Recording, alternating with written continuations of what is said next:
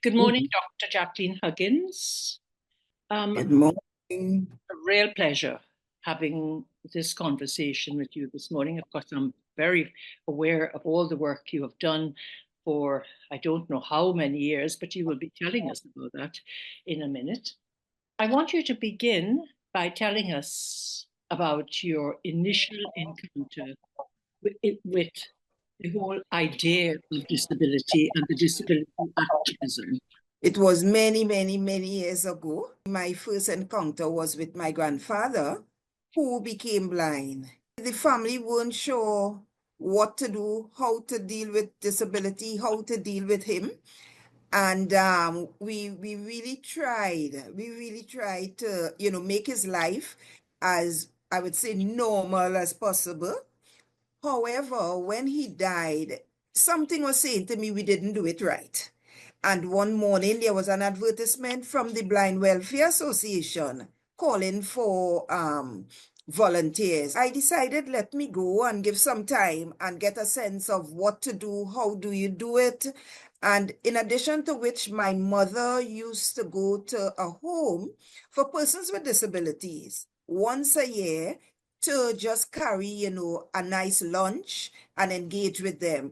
And going to blind welfare, I got to understand and I got to interact with persons who were blind. And I just felt, well, this is something I believe I need to do. So can you tell me how, from that beginning, which is a personal beginning, what is the trajectory of your involvement? Kind of take me through very quickly your early stages of involvement from that answering that first ad with the blind welfare. So from blind welfare, I moved on to become a founding member of the Persons Associated with Visual Impairment, PAVI. And then I met a young lady. She had an association for women with disabilities. And I joined that organization, just providing support. And when I went to UWI, one of my projects was looking at the life of women with disabilities in Trinidad and Tobago. And it just grew from there. I just started meeting persons with disabilities, becoming a part of their organization. And finally, in terms of the Ministry of Social Development, I was an employee there. And that is where I got involved more on a professional side with persons with disabilities. Okay, let's go back to your degree at UWI. Tell me about the research that you proceeded from that moment, from that point, to undertake as a UE student, grad student, PhD. Right. As a student, many of the courses you had to do short research. And because I was already involved with persons with disabilities, I decided to do the one with professional women in Trinidad and Tobago. And in doing that is when I started to hear some more about persons with disabilities, women, and I decided that would be my topic. And it led me to meet more and more women with disabilities, more and more persons with disabilities. Every time I had an assignment to do, I tended to interview persons with disabilities or research persons with disabilities, which took me to my PhD when I started to research students with disabilities on the 3 campuses of the West Indies. So I got, not only the general persons with disabilities, but I started looking at education and how persons with disabilities were affected before they came to a higher education and while they were there. So throughout, I would say probably about 20 years, I have just been doing activities, researching persons with disabilities. Well, I have 2 questions, but one pertains to that research you've done with women. But before I go to that moment, which sounds really fascinating, I want you to tell me a little bit about the development of disability studies and disability work within the university. It has been a journey. I think we are at the point in 2024 where the management feels it, they understand it much more than when I came in. Now, what happened is that there were students with disabilities starting to matriculate. But what management recognized these students needed support, but there were no support or little support. And therefore, to make it an official activity, a department was formed. And it was the department that provided academic support and any other support that a student with a disability needed. So coming out of that, we also developed a course that would teach generally to students looking at disability studies and preparing them as they go out into the wider society as managers, as teachers, as doctors. They were then educated in terms of how do I interact with persons with disabilities wherever I place my career.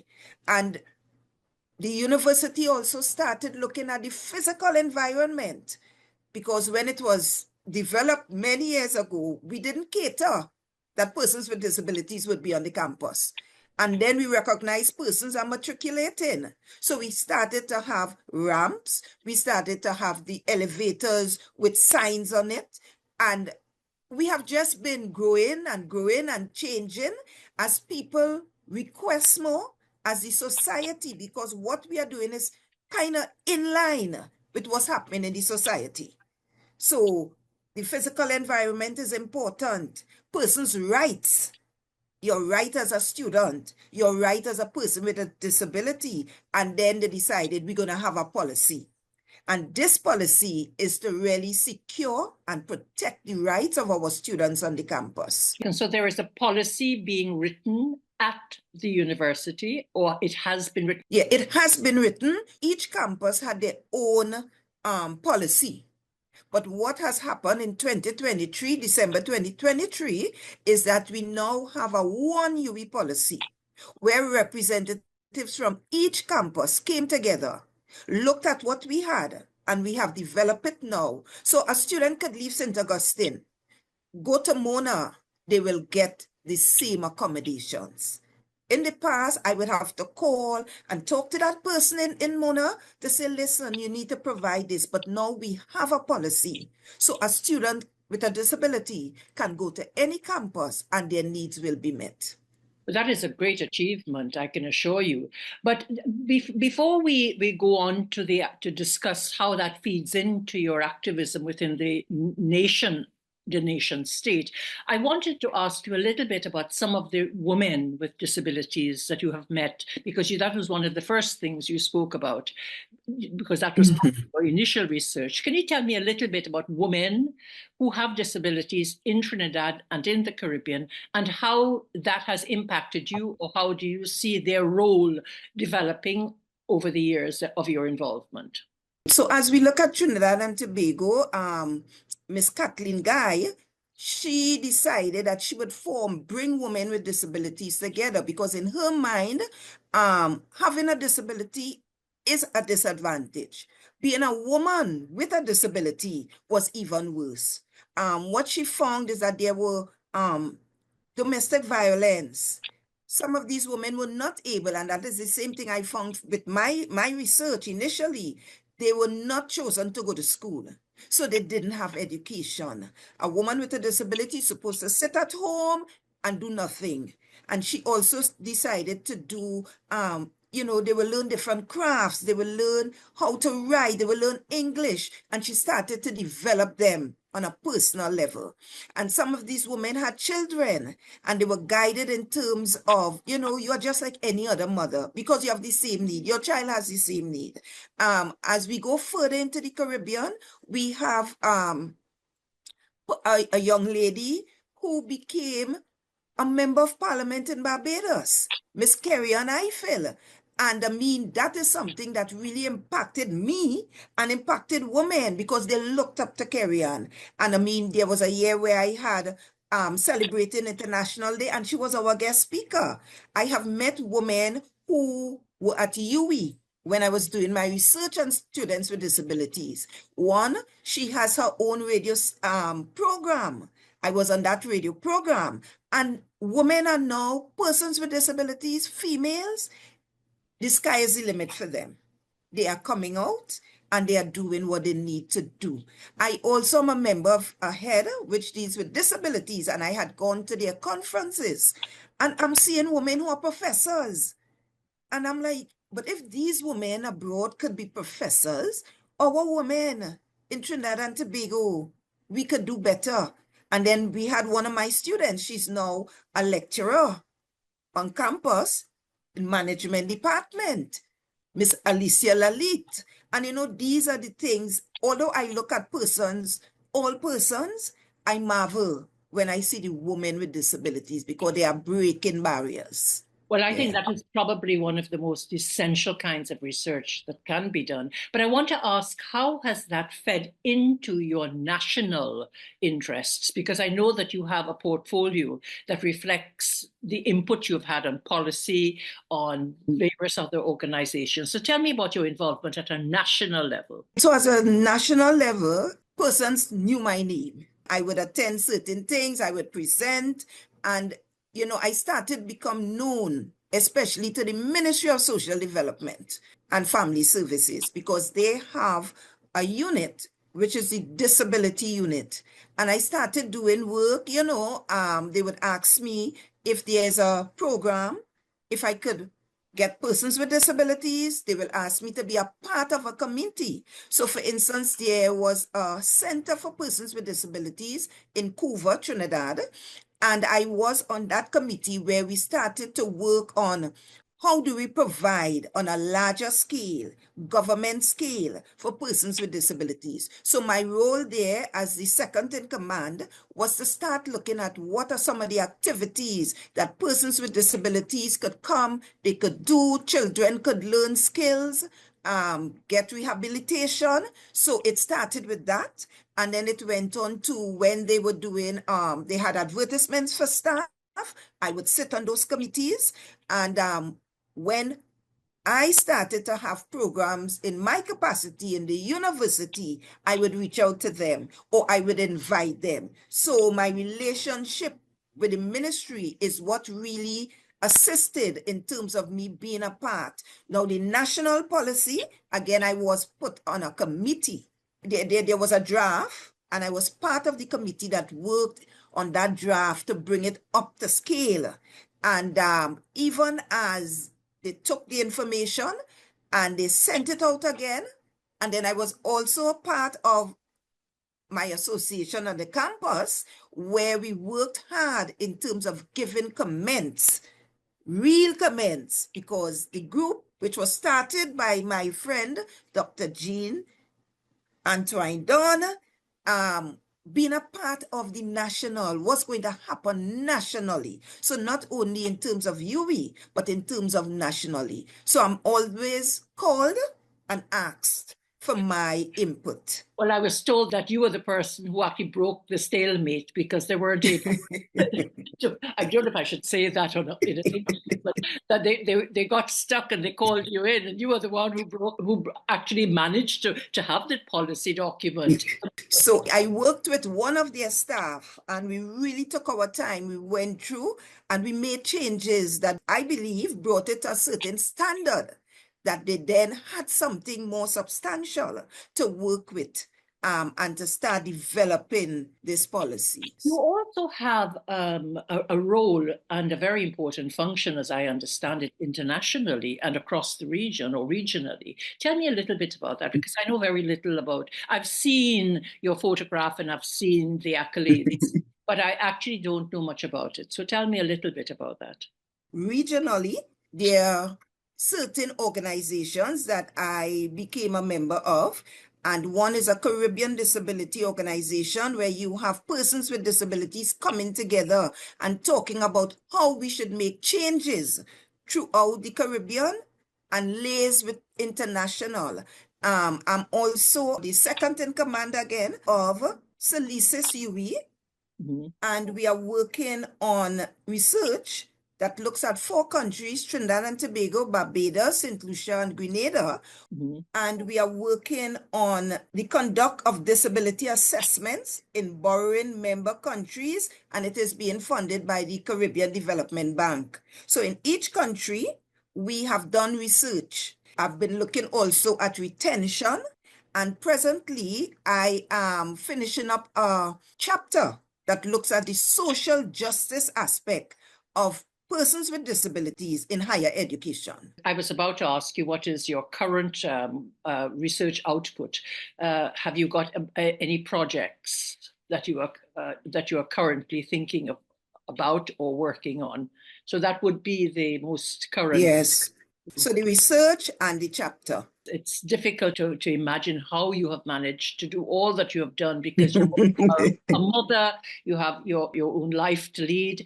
You must be an extremely strong person, number one. So tell us a little bit about the challenges that you have encountered, both at your university, in the nation, in terms of the work that you're doing. Do you want to chat a wee bit about any of those challenges? Well, in terms of UWI, 2005, I came in as a tutor for a course, Student Disability Studies. That went fine because I enjoyed teaching students, educating them about persons with these disabilities.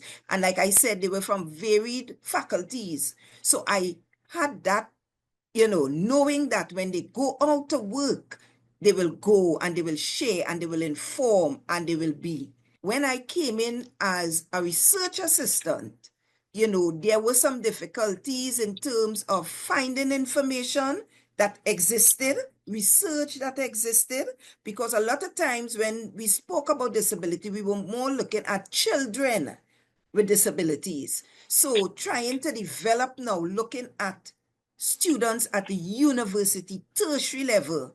So not finding the information, but trying to develop the information. At the university also, not everybody believed that someone with a disability should be on that campus. So it was work trying to get people to understand they have rights too. And when you are teaching, you have to take that into consideration, and I must say between 2011 and 2024, I have really seen a change. Lecturers are sending students. They're just sending them. Go to SLDD. They will meet your needs. They will find ways to meet your needs, In terms of the wider society, I could talk about, because I have had family members. I have a nephew who has autism. My mother had Alzheimer's. And the interaction and the behavior of people towards persons with disabilities. I have had to do a lot of teaching moments. Like I went to pay a bill with my nephew and he's doing his thing, what we call, he's moving about. And the young lady who is attending to me, she's laughing, and she's telling her colleague something. And then I decided, let me teach you something. I said, you see what's happening with him? He has autism. I explained what it was. And I had to do that on many occasions because people didn't understand. And their first thing is to laugh because they didn't understand. So I have gone around wherever I go. I talk about disability. I teach people about disability. In terms of, I think, the government understanding, I think we still have to do some more because government changed. And then we have people change in the government. So, in terms of them really understanding what they need to do as a government, sometimes you have to talk some more. You have to reach out to someone. And in my own little way, try to explain, this is what I believe should be done. Anyway, I get the opportunity to talk about disability because we're still not where we're supposed to be in this society in terms of resources and in terms of philosophy and in terms of people really having an understanding. So mainly for me is a lot of having to teach, having to show, and having to educate so that what needs to get done will get done. Well, you are primarily an educator, and a very fine one. But since we have all been working and anticipating the passing of a disability bill in Trinidad and Tobago, how far do you think this will go to changing people's attitudes? Or do you think it will really fundamentally change anything? I think it will.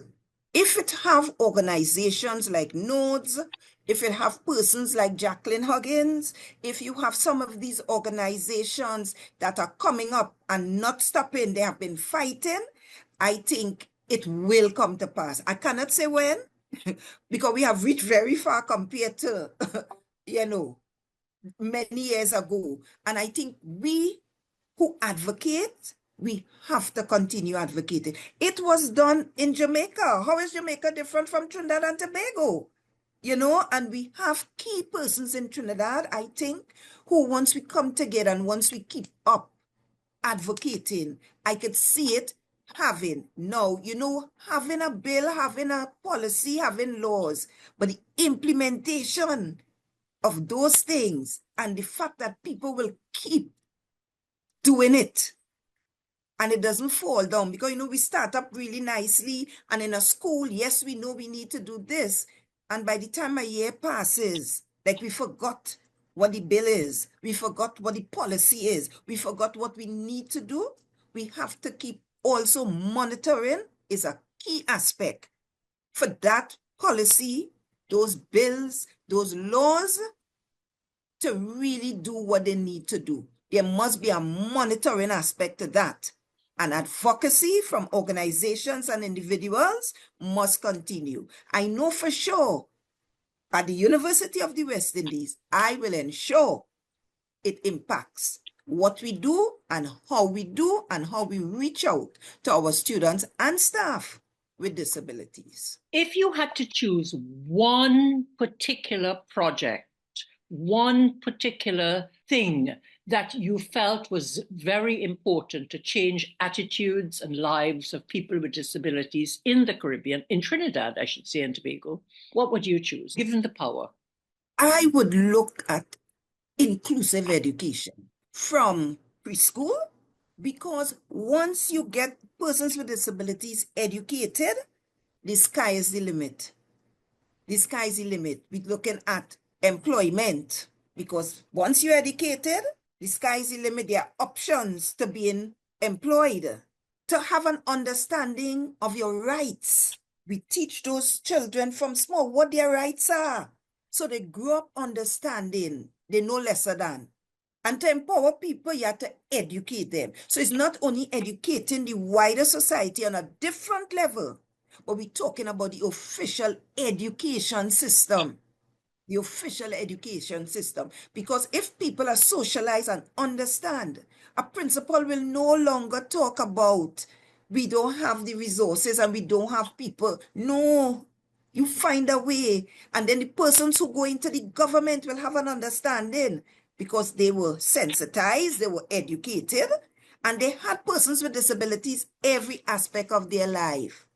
I am seeing education is the key, not only the official education system, but the education and socialization of every member within the society.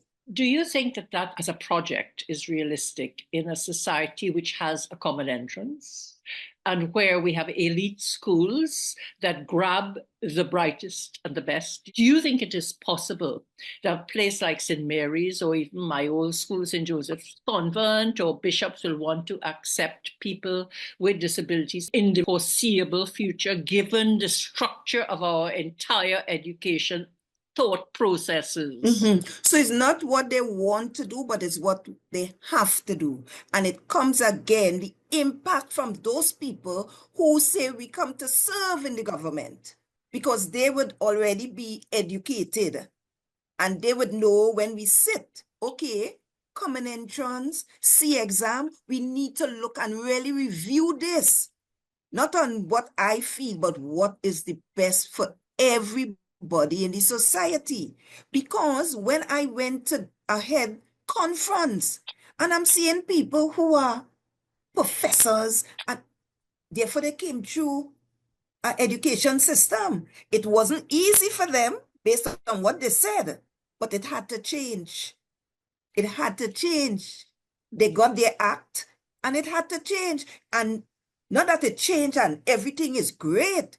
No, they still fight. But when we look back to what it was, to what it is, and what it's going to be, that's what Trinidad have to do.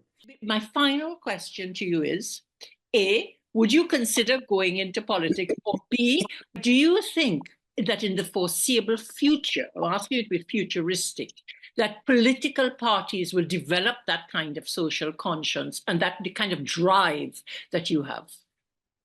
I am not sure. Again, you need, I would say, people like what you're saying, people like me to be a part of those organizations. But I don't think I'll join a political party in the foreseeable future, but I am positive that it could happen. On that very positive note, I just want to say thank you, Dr. Jacqueline Huggins. I have an enormous admiration, and I know that Professor Reddock, who is one of the great social thinkers of the Caribbean, thinks, well, she was the one who introduced me to you and said, if you're going to have an organization for change, you have to have Jacqueline Huggins, and she was right. So thank you very much for all of the work that you have done, and I look forward to working with you in the future on many levels. Today, Thank you. It was a pleasure. thank you so much.